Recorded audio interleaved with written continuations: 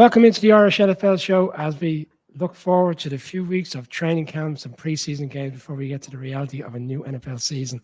In this episode, we are focusing on rookie watch, and in particular, 4 quarterbacks who are going to have different levels of expectations going into the new season.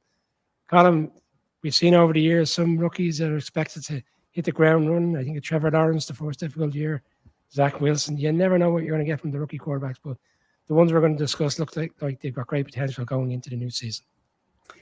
Well, that's the word, Brian, isn't it? Potential. Dylan Moran would tell you to leave your potential alone. You'll only ruin it if you go near it. And so that can very well be the case. I mean, Zach Wilson was so highly thought of and people fell in love with him and his arm. And there was probably one throw during his kind of open day that got him that number 2 pick. I think the 4 that we're going to discuss in this segment are obviously all in very different situations, and it will be very interesting to compare this segment that we're recording in mid-July to do a follow-up segment in maybe mid-February after the Super Bowl and see what we got right and what we got wrong. Conor, a man who supports the Bears and talks with Justin Fields so much, it very much sometimes is about the situation. Like we talk about if Patrick Mahomes had went to the Bears in that particular draft, and Justin Fields is gradually getting to the level of play in which Bears fans have expected from day one. But again, depending on who the head coach is, depending on what they put around them, that's what comes down to at times. Yeah, 100%. I remember, Kyle Shanahan had some very interesting thoughts about this, and was being given praise in a particular interview about the way in which he built the offense, in a way to be quarterback friendly, and you'd had all these weapons and the window dressing and the phenomenal running game and all of those things that a young quarterback can lean on. And he was asked about whether that's what you need to develop a young quarterback, and he said, honestly, that's what you need for any quarterback. His view on it was you've got to have the most conducive situation possible. He said, otherwise, the only way you can succeed is if you have an Aaron Rodgers or a Tom Brady. And that's a ridiculous standard to try and hold any signal caller to. It just doesn't work that way. And I think that's borne out time and time and time again. The coaching critical in this regard. Obviously, Young has the benefit now of a coach that's known as a quarterback whisperer that we've seen get great things out of rookie quarterbacks in the past, that has the reputation of being able to reveal that potential. On the other side, though, he doesn't necessarily have a strong supporting cast and has lost what would have been his best receiver to the Bears, I hasten to add, in the offseason. What he has is a collection of maybe number 2, maybe number 3 guys, none of which really seem to add up to a number 1 between Chark and Thielen. They brought in Miles Sanders at running back. That may be helpful as well, but there's nothing that suggests to you that there's a strong crutch for him to lean on, and that's going to make for a difficult start. But this is a guy that went number 1 overall for a reason, and where the hype is there for a reason. I don't think it's the easiest place he could have found himself to start off, but let's give the kid a chance and see what he delivers. Colin, obviously, Conor's talking about the Panthers there and Bryce Young. Excuse me, having traded up from 9 to 1, does that even put more scrutiny and more pressure on him, or are we going to see similarities to when Trevor Lawrence came into the league and there was so much expected immediately? Because a lot of people feel that Bryce Young, I know you weren't side, but I heard Todd McShay said he is the next Patrick Mahomes to join the NFL. Like, there's people out there that are really high on this guy. Do you see the Panthers having a difficult start with him there, or do you think he can hit the ground running? Against the Falcons, him in week 1, which is just a way too early week 1 slate of games, is there for the win. Look, the next Mahomes stuff is it's so ridiculous, right? Because Mahomes is an alien, and like everything he's doing it's incredible. Like Mahomes is doing stuff that just hasn't been done before. Like what he has done and talked about, like the 2 Super Bowls, the 2 Super Bowl MVPs, like Joe Montana, Tom Brady, and Patrick Mahomes probably has another 15 years to go. Like, what does it look like? And people love to do this, and it goes across all sports, right? Everybody was the next Maradona. Well, the next Maradona, ultimately it took 30 years to emerge. does the next Mahomes emerge at some point? Sure. And will he be probably even better than Mahomes? Yes. But it's always the way. The next Usain Bolt, etc., etc., etc.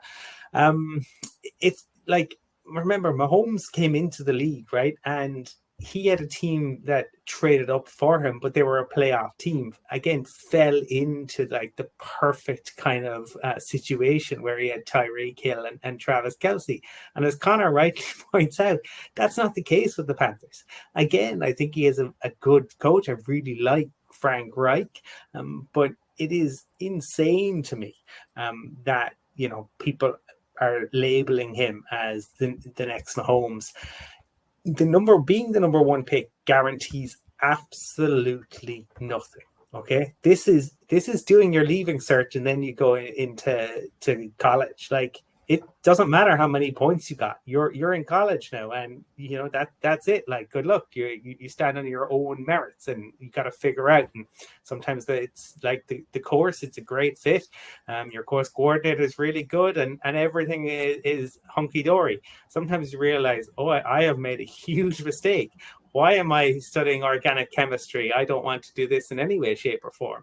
So, I get why the Panthers did what they did, but I think that there are, you know, I think there will be growing pains there because it isn't sort of an unprecedented in terms of his size, and it doesn't look like the supporting cast is, you know, superstars who are just waiting on a young QB to come in. I think he will flash, but you know, nothing is guaranteed, and being the number one pick doesn't mean anything at all.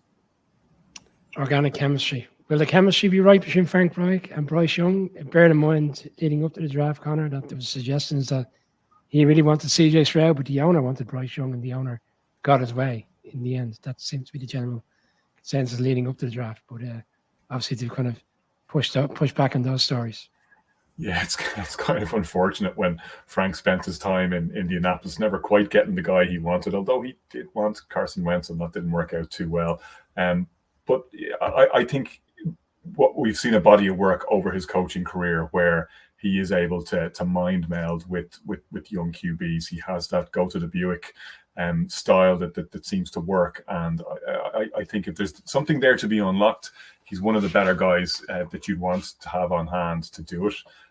But he's not working with great material around that, as we've discussed now at length, and that is going to be the chief concern. That's going to require not only the Obi-Wan Kenobi like mentoring of Young to take hold very quickly, but it's also going to require some pretty deep scheming to get the best out of, you know, those number 2 and number 3 receivers that are not necessarily screaming that they're going to be 5 yards open for him. Yeah, a division that essentially could be wide open come maybe October, November with the level of play from other teams. Maybe patience will be required by Panthers fans. Certainly patience required, Colin, by the Colts fans. I know you've touched on it previously. This is one that you're really kind of enticed by in terms of what's going to happen between Steichen and Richardson going into the season. We've seen the owner pop up again this week with a number of comments and throwing the quarterback into the mix already, saying he's going to play. He better be ready. Are we already kind of putting ourselves in a position where the owner is going to ruin things? Is that maybe a bit harsh to say? Meddle with the team again? Well, look, Jim Irsay is Jim Irsay, but I have said it time and time again. I really like this pick, and we know, Brian, that sports betting is not my forte, but I am a fan, a music fan of every genre, and Kenny Rogers famously sang about the gambler, and I completely understand Chris Ballard rolling the dice on this. If this situation had maybe gone a year earlier, and Frank Reich might still be in a job, because I think it is exactly the type of QB that he could really work with. I think Anthony Richardson has a really high floor because of his physical capabilities. This could all go spectacularly wrong, but I think they have a very, very gifted head coach in Shane Steichen. and I think Anthony Richardson has the tools. I think you are going to see in Richardson, he is not Justin Herbert. Let's get that clear. But I think he has a gifted arm. I think you will see some absolutely wow moments from this guy throughout the first season.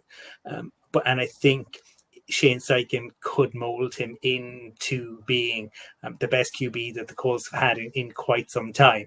Now, the Colts have a history of some absolutely incredible QBs, so it's important that fans temper expectations early on, okay? But you saw even Peyton Manning, the way he struggled in year one. So young players have to be allowed to make mistakes. And that's really important that fans recognize that. And despite the kind of fact that, everyone wants to win all the time and you want every play to end with a touchdown, that isn't always going to be the case. I think Steichen will allow Anthony Richardson the freedom to make those mistakes. And to me, he's the QB with the most potential and upside, and I think ends up in a reasonably decent situation, because no matter how this season goes, it has to be better than last year for the Colts. Connor Column suggests he's not a Justin Herbert, but he has been kind of compared to Cam Newton and even Lamar Jackson. That's the kind of mold of a quarterback the Colts are going to try to get from him.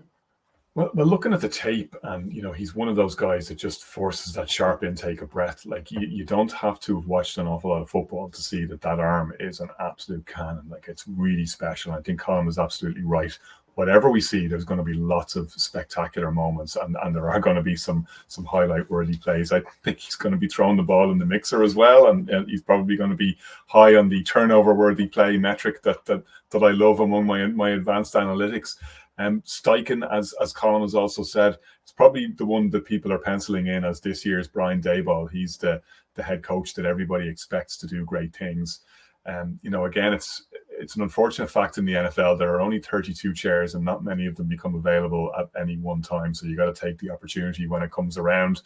You'd have liked for Shane Steichen to have a better opportunity than perhaps the one that presents itself with the owner in Jim Irsay that's in situ in Indianapolis, who could be a difficult one to work with. But you may, and that'll be the true test of Steichen and Richardson's success this year, is the extent to which Jim Irsay becomes a little bit more taciturn and maybe fades into the background a little bit. Like that'll be the monitor of success during the season. The more outspoken Jim Irsay is, clearly the worse it's going. If you can get Jim Irsay to do the Homer Simpson back into the hedge, that'll be a good benchmark by which you can measure the progress that they'll be making this season. Colin, quick one on the Colts. I know we're focused on the quarterback. What's a measure of success for this Colts team this year? To be challenging for the division, to be winning 6 or 7 games and know he's the right quarterback, or potentially take your bumps and bruises, finish further down the pecking order in the division, but yet know that you've got the right quarterback. And obviously that leads into higher picks next year. Yeah, I mean, ultimately, this is all, I think, about finding out that he is the guy. But I think, again, I go back to, like, in Shane Steichen, you have a guy who developed Herbert, he developed Hurts. He's going to know if he's the guy.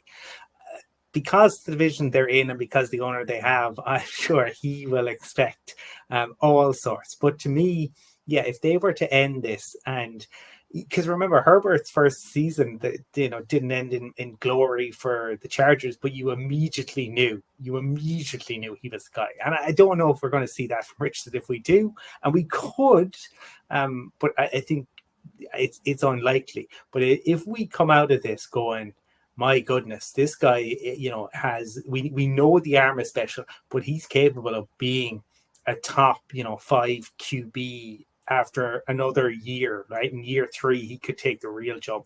I think that is because last year was so bad. That to me, if they're competing for the division, if they're playing, games that really matter in late December, early January, even if they don't go on to the playoffs, I think you consider that from the outside.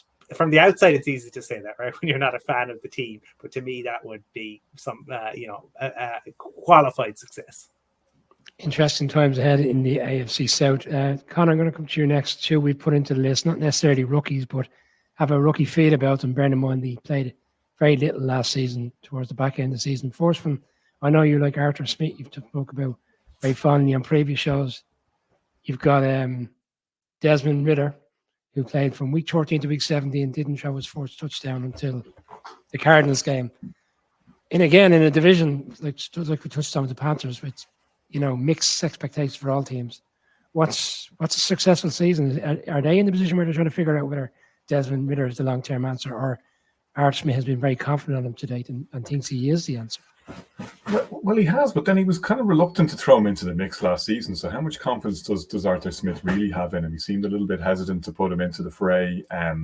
So he's not kind of straining at the seams to get onto the field. It wasn't a slam dunk as far as Smith was concerned. So this is a suck it and see season a little bit. We've talked about how that's going to be a fun team to watch, and how they've got a lot of gadget players. They got a lot of, the joke was made that they're built to win in the 1980s. They're going to run the ball very effectively, and they're going to run it very often, and that's what Ridder is going to need to help him develop. To take the pressure off his shoulders a little bit, and to manage the clock, to get the ball moving, hopefully on first and second down before he's going to have to throw.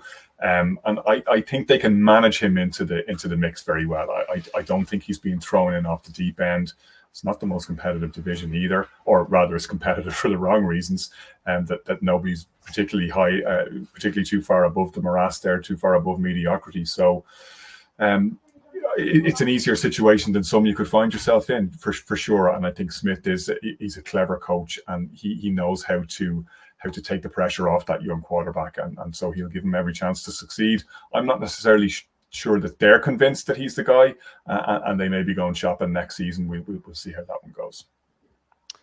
Got him game management scenario in this season for him at quarterback, especially with Bijan Robinson and all the various different players you touched on before, Kyle Pitts and London. I mean, ultimately, with those type of players down the field, at some stage he's going to have to be an aggressive quarterback and have an aggressive playbook rather than relying on a run game, a strong run game, I'd imagine, throughout the course of the season.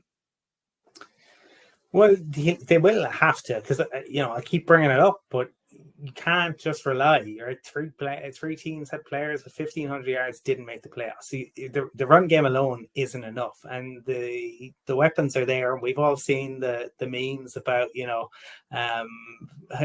various QBs and Megatron's down there somewhere, and just launch it down the field.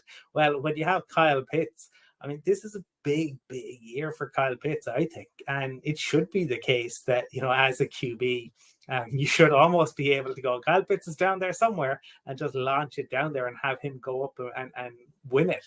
And that's what you're looking for him. And it can take time. We know for tight ends to grow into this league, but you would have huge expectations. So I think game management maybe initially, but I think if they are to really push on, they are going to need him to be aggressive. And I think when you look at the caliber of the weapons they have, you should expect him to almost be, aggressive. And we have week 1, Falcons Panthers, two of the quarterbacks in which we discussed going up against each other. A really enticing game. I'm going to close out this segment with Sam Howell, and for me, this is probably one of the biggest unknowns, because we saw him in the very last game of last season play very well. In fairness, they won the game against the Cowboys, but you'd argue the Cowboys had kind of eased off the gas, bearing in mind they had a playoff game the following week. A lot of players off the field in that particular game, second players and third strings going in for the Cowboys on that night. So it's hard to know whether really the sample size was enough to consider him a number 1 quarterback in the league. But the Commanders have rolled the dice, and Ron Rivera saying all the right things, but I was surprised that he can go aggressive. And he's going to have Eric Bieniemy there. So, Conor, are the Commanders a team that in this division that people aren't talking about, and is more so because of the quarterback situation? And could he be the one that surprises the most this season of those 4 players? Well, he has nothing to lose. Ron Rivera has nothing to lose. Like, everything is lining up as a lost season here, given the ownership situation and the interregnum there. No big decisions being made. Eric Bieniemy is an intriguing one, that massively respected around the league. A lot of people feel like he should have had a proper head coaching shout before now. There's a lot of reasons been advanced and stuff like that. Hasn't perhaps been the case. and we've never seen him take control of the play calling before. So the Andy Reid coaching tree, as we know, has its spectacular successes, and it has its and I know all about this, the ones that didn't pan out so well, as we saw from the Matt Nagy experience in Chicago. So as you know, I like Riverboat Ron as well, and not just because of his Bears connection. He's a guy that people play for. He's a guy that can get the most out of a team. And while from the outside in, people are saying, yeah, this is a shot to nothing, and let's just fast forward to when the new ownership group takes situ, and Ron is kind of widely assumed to be on a warm seat and on a bit of a hiding to nothing, but he's not going to see it that way, and a lot of the players aren't going to see it that way. And I think if you're Sam Howell, there's no real burden of expectation on you. If you're Ron Rivera, you can really afford to ride the riverboat this season. We'll bring back Kenny Rogers. I don't think Ron Rivera is going to be folding them, put it that way. Colin, they play the Commanders are at home to the Cardinals week 1. You'd argue they couldn't have got a better start to the season to give a quarterback like this an opportunity to go in, be comfortable in a second NFL start again in a home game, and that could spring eternal in terms of the confidence that he could get from playing in a potentially a winning start to a season. Are you sold on it? You think it's, again, as what Connor's suggesting, that they're taking a punt if it works out great, but realistically they're thinking further down the line, and further down the line for me means Ron Rivera not being necessarily the coach next season? Yeah, I think that's probably what they are. But it could well work out. I mean, I think Sam Howell has the potential to be a better NFL QB than Kenny Pickett. That doesn't mean he will be, but I think he has the potential to be, if you were to consider what he was in college and what he had to work with. And Connor's right to point to the lack of expectation, and sometimes that can go in your favor. Famously, and some listeners will remember this, some may be too young, but Denmark came off the beach to win Euro 92. Right, literally came off the beach. Some of the players were on holidays, and so not having a huge amount of expectation it can be wonderful, right? When the glare isn't on you, and everyone will be expecting, all right, the new owners are going to come in. They're going to get their feet under the table. They're going to see how it works, and then they're going to move off of Ron, and they're going to get their own guy in. They're going to get their own QB in. But sometimes, the players can force your hand. And for Howell, he isn't just playing for the Commanders. He's playing for the opportunity to potentially play somewhere else. I mean, Kirk Cousins is, again, the one to probably point to, and ultimately at the same franchise, and kind of force their hand. So I think there is a lot of upside to it. I think it has been born out of necessity because the previous owner didn't want to spend any money. But again, we go back to look at last year, right? The Eagles, we're told, tried to trade for a number of different QBs. But it didn't work out, and ultimately Jalen Hurts had an MVP-like season. So sometimes you can stumble into your franchise QB. Not saying that will happen, but we have seen it happen in the past. And they have career backup Jacoby Brissett if it doesn't work out. I had a feeling you were going to go there, Connor, on that one. I was wondering whether you were going to get it in before I did. It'll be interesting to see how they get on. Yes, easy, probably a nice start to the season, but more difficult the games to come, especially when they get into the challenges of NFC East games. That is our rookie watch. 2 rookies and 2 mid-rookies, shall we call them. That is our rookie watch as we approach the training camp period for rookies. Thanks to Connor, thanks to Colin for this segment of the Irish NFL Show.